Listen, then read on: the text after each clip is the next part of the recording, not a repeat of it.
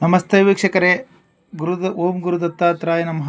Gurudatta YouTube ಚಾನಲ್ಗೆ ಸ್ವಾಗತ ಸುಸ್ವಾಗತ. ವೀಕ್ಷಕರೇ, ಇವತ್ತಿನ ಈ ವಿಡಿಯೋದಲ್ಲಿ ವೃಷಭ ಲಗ್ನಕ್ಕೆ ಬರ್ತಕ್ಕಂಥ ಶುಭ ಮತ್ತು ಅಶುಭ ಗ್ರಹಗಳು ಯಾವ ರೀತಿಯಾಗಿರ್ತಕ್ಕಂಥದ್ದು ನೋಡೋಣ ವೀಕ್ಷಕರೇ. ವೃಷಭ ಲಗ್ನಕ್ಕೆ ಉದಾಹರಣೆಗೆ ಅನ್ನೋದಕ್ಕಿಂತ ಲಗ್ನನೇ ತಗೊಂಬಿಡಿ. ವೃಷಭ ಲಗ್ನಕ್ಕೆ ಇದು ವೃಷಭ ರಾಶಿ ವೀಕ್ಷಕರೇ.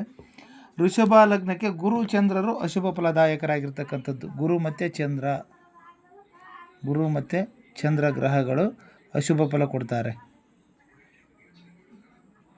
ಗುರು ಚಂದ್ರರು ಅಶುಭ ಫಲ ಮೀನ್ಸ್ ಶುಭ ಫಲಗಳು ಇರೋದಿಲ್ಲ. ರವಿ ಶನಿಗಳು ಶುಭ ಫಲದಾಯಕರಾಗಿರ್ತಾರೆ. ರವಿ ಮತ್ತು ಶನಿ ಶುಭ ಫಲ ಕೊಡ್ತಕ್ಕಂಥದ್ದು ವೃಷಭ ಲಗ್ನಕ್ಕೆ. ಈ ಲಗ್ನಕ್ಕೆ ಶನಿಯು ಪ್ರಚಂಡ ರಾಜಯೋಗಕಾರಕನು. ಶನಿ ಬಂದ್ಬಿಟ್ಟು ಒಂದು ಪ್ರಚಂಡವಾಗಿರ್ತಕ್ಕಂಥ ರಾಜಯೋಗನ ತಂದು ಕೊಡ್ತಕ್ಕಂಥದ್ದು. ಶನಿ ಪ್ರಚಂಡವಾದ ಯೋಗ ತಂದು ಕೊಡ್ತಾನೆ, ಅಂದರೆ ತುಂಬ ಬಲಿಷ್ಠವಾಗಿರ್ತಕ್ಕಂಥದ್ದು. ವೃಷಭ ಲಗ್ನದಲ್ಲಿ ಹುಟ್ಟಿದವರಿಗೆ ಶನಿಯು ಯೋಗಕಾರಕನಾಗ್ತಾನೆ, ಅಂದರೆ ಶುಭ ಫಲನ ಕೊಡ್ತಾನೆ. ಇದನ್ನು ಜಾತಕದಲ್ಲಿ ದಶಾಭುಕ್ತಿ ಅನುಸಾರವಾಗಿ ಗ್ರಹಗಳ ಬಲ ಮತ್ತು ಡಿಗ್ರಿ ವೈಸ್ ನೋಡ್ಕೊಂಡು ಅನಾಲಿಸಿಸ್ ಮಾಡ್ತಕ್ಕಂಥದ್ದು ವೀಕ್ಷಕರೇ. ಇದು ವೃಷಭ ಲಗ್ನಕ್ಕೆ ಶನಿಯು ಪ್ರಚಂಡ ಯೋಗಕಾರಕನಾಗ್ತಾನೆ. ಆದರೆ ಶನಿಯು ಪಾಪಗ್ರಹಗಳಿಂದ ಕೂಡಿದ್ದರೆ ಅಥವಾ ನೋಡಲ್ಪಟ್ಟರೆ, ಇಲ್ಲವೇ ತಾನು ಶುಭ ಸ್ಥಾನಗಳಲ್ಲಿದ್ದರೆ ನಿಷ್ಫಲಕಾರಕನಾಗ್ತಕ್ಕಂಥದ್ದು. ಮತ್ತು ಶುಭ ಗ್ರಹಗಳಿಂದ ಕೂಡಿದ್ದರೆ ಅಥವಾ ನೋಡಲ್ಪಟ್ಟರೆ, ಇಲ್ಲವೇ ಶುಭ ಸ್ಥಾನಗಳಲ್ಲಿದ್ದರೆ ವೈಭವಾಕಾರ ಫಲಗಳನ್ನು ಕೊಡ್ತಕ್ಕಂಥವನು. ಅಂದರೆ ಶನಿಯು ಪಾಪಗ್ರಹಗಳಿಂದ ಕೂಡಿದ್ದರೆ ಅಥವಾ ನೋಡಲ್ಪಟ್ಟರೆ, ಅಂದರೆ ಉದಾಹರಣೆಗೆ ಶನಿಯು ಪಾಪಗ್ರಹಗಳಿಂದ, ವೃಷಭ ಲಗ್ನಕ್ಕೆ ಶನಿಯು ಪಾಪಗ್ರಹಗಳಿಂದ ಒಂದು ಎಕ್ಸಾಂಪಲ್ ಎಲ್ಲಾದರೂ ಕುಂದ್ರಲ್ಲ. 12 ಮನೆಯಲ್ಲಿ ಕೂಡ ಶನಿ ಜೊತೆ ರಾಹು, ಕುಜ, ಆಮೇಲೆ ಕೇತು, ಈ ರೀತಿಯಾಗಿ ಶನಿ ಜೊತೆ ಪಾಪಗ್ರಹಗಳಿಂದ ಕೂತಿದ್ದರೆ, ಅಥವಾ ಶನಿಗೆ ಪಾಪಗ್ರಹಗಳ ದೃಷ್ಟಿ ಇರತಕ್ಕಂಥದ್ದು ಮೀನ್ಸ್ ಕುಜ ತಾನಿರುವ ಸ್ಥಾನದಿಂದ ಸಪ್ತಮದ ಜೊತೆಗೆ 4 ಮತ್ತು 8ನೇ ಮನೆ ನೋಡ್ತಾನೆ. ಕುಜನ ಉದಾಹರಣೆ ತಗಂದರೆ, ಅಂದರೆ ಶನಿ ಇಲ್ಲಿ ಕೂತಿದ್ದಾನ, ಇಲ್ಲಿ ಕುಜ ಇರ್ತಕ್ಕಂಥದ್ದು, ಇಲ್ಲಿದ್ದ 1, 2, 3, 4ನೇ ಮನೆ ಕುಜನ ದೃಷ್ಟಿ ಬೀಳುತ್ತೆ. ಆನಂತರ 8ನೇ ಮನೆ ನೋಡ್ತಕ್ಕಂಥದ್ದು, ಇಲ್ಲಿ ಕುಜ ಕೂತ್ರೆ ಇಲ್ಲಿಂದ ತಾನಿರುವ ಸ್ಥಾನದಿಂದ ಸಪ್ತಮ ಸ್ಥಾನ ನೇರ ದೃಷ್ಟಿಯಿಂದ ನೋಡ್ತಕ್ಕಂಥದ್ದು, ಇಲ್ಲಿಂದ 4ನೇ ಮನೆಯಿಂದ ನೋಡ್ತಾನೆ. ಆನಂತರ 1, 2, 3, 4, 5, 6, 7, 8ನೇ ಮನೆ ಕುಜನ ದೃಷ್ಟಿ ಬೀಳ್ತಕ್ಕಂಥದ್ದು ಶನಿಗೆ. ಅಂದರೆ ಶನಿಯು ಪಾಪಗ್ರಹಗಳ ಸಂಬಂಧನಾದರೂ ಹೊಂದಿರಲಿ ಅಥವಾ ಪಾಪಗ್ರಹಗಳ ದೃಷ್ಟಿಯಿಂದ ಕೂಡಿದ್ದರೂ ಕೂಡ ಇದು ಕೂಡ. ಆನಂತರ ಜೊತೆಗೆ ತಾನು ಅಶುಭ ಸ್ಥಾನಗಳಲ್ಲಿದ್ದರೆ ಶನಿ, ಫಾರ್ ಎಕ್ಸಾಂಪಲ್ ಈಗ ಮೇಷರಾಶಿಯಲ್ಲಿ ಬಂದರೆ ಅಶುಭನಾಗ್ತಾನೆ, ನೀಚ ಶನಿ ಮೇಷರಾಶಿಯಲ್ಲಿ ಅಶುಭ ಸ್ಥಾನ ಆಯಿತು ತಾನೆ. ಮೇಷರಾಶಿಯಲ್ಲಿ ಬಂದು ಕೂತ್ರೆ ನಿಷ್ಫಲ ಕೊಡ್ತಕ್ಕಂಥದ್ದು. ಅಶುಭ ಸ್ಥಾನದಲ್ಲಿದ್ದರೆ ನಿಷ್ಫಲಕಾರಕನಾಗ್ತಾನೆ.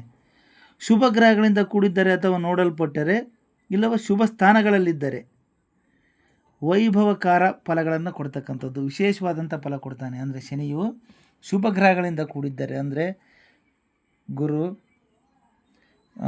ಚಂದ್ರ, ಶುಕ್ರ, ಈ ರೀತಿಯಾಗಿ ಶುಭ ಗ್ರಹಗಳ ಸಂಬಂಧ.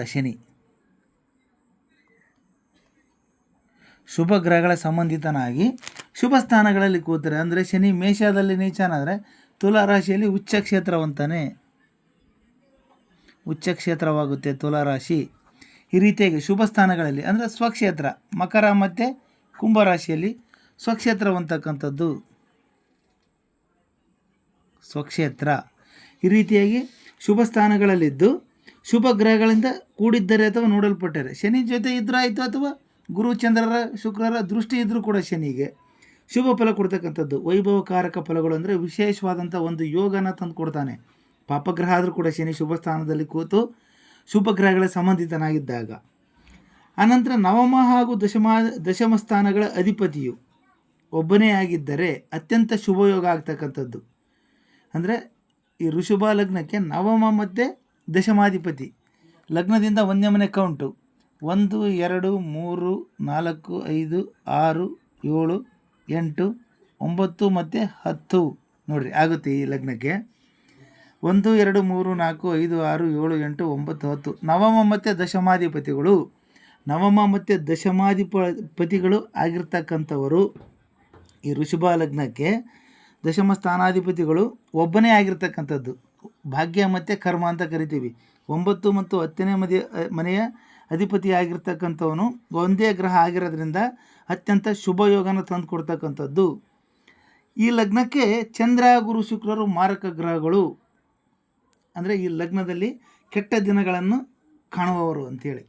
ಚಂದ್ರ ಗುರು ಶುಕ್ರ, ಚಂದ್ರ ಗುರು ಶುಕ್ರ ಗ್ರಹಗಳು, ಇವು ಮೂರು ಗ್ರಹಗಳು ಮಾರಕರಾಗ್ತಕ್ಕಂಥದ್ದು. ಅಂದರೆ ಈ ಮಾರಕ ಗ್ರಹಗಳು ಲಗ್ನದಲ್ಲಿ ಕೆಟ್ಟ ದಿನಗಳನ್ನು ಕೊಡ್ತಕ್ಕಂಥದ್ದು. ಈ ಲಗ್ನದಲ್ಲಿ ಏನು ಹುಟ್ಟಿರ್ತಾರಲ್ಲ ಚಂದ್ರ ಗುರು ಶುಕ್ರರು ಅಶುಭ ಫಲಗಳನ್ನು ಕೊಡ್ತಾರೆ ವೀಕ್ಷಕರೇ. ಇದು ವೃಷಭ ಲಗ್ನಕ್ಕೆ ಸಂಬಂಧಪಟ್ಟ ಹಾಗೆ ಶುಭ ಅಶುಭ ಗ್ರಹಗಳು ಮತ್ತು ಅವರು ಕೊಡ್ತಕ್ಕಂಥ ಫಲಗಳು. ಪಾಪಗ್ರಹಗಳ ಸಂಬಂಧ ಇದ್ದರೆ ಆ ರೀತಿ ಫಲಗಳು, ಶುಭ ಗ್ರಹಗಳ ಸಂಬಂಧ ಇದ್ದರೆ ಶುಭ ಫಲಗಳನ್ನು ಕೊಡ್ತಕ್ಕಂಥದ್ದು. ವೃಷಭ ಲಗ್ನದ ಬಗ್ಗೆ ತಿಳಿಸ್ಕೊಟ್ಟಿದ್ದೀನಿ ವೀಕ್ಷಕರೇ. ಮತ್ತು ಮಿಥುನ ಲಗ್ನದ ಬಗ್ಗೆ ನೋಡೋಣ ಮುಂದಿನ ವಿಡಿಯೋದಲ್ಲಿ. ಮತ್ತು ಮುಂದಿನ ವಿಡಿಯೋದಲ್ಲಿ ಸಿಗೋಣ ವೀಕ್ಷಕರೇ. ಜೈ ಗುರುದತ್ತ.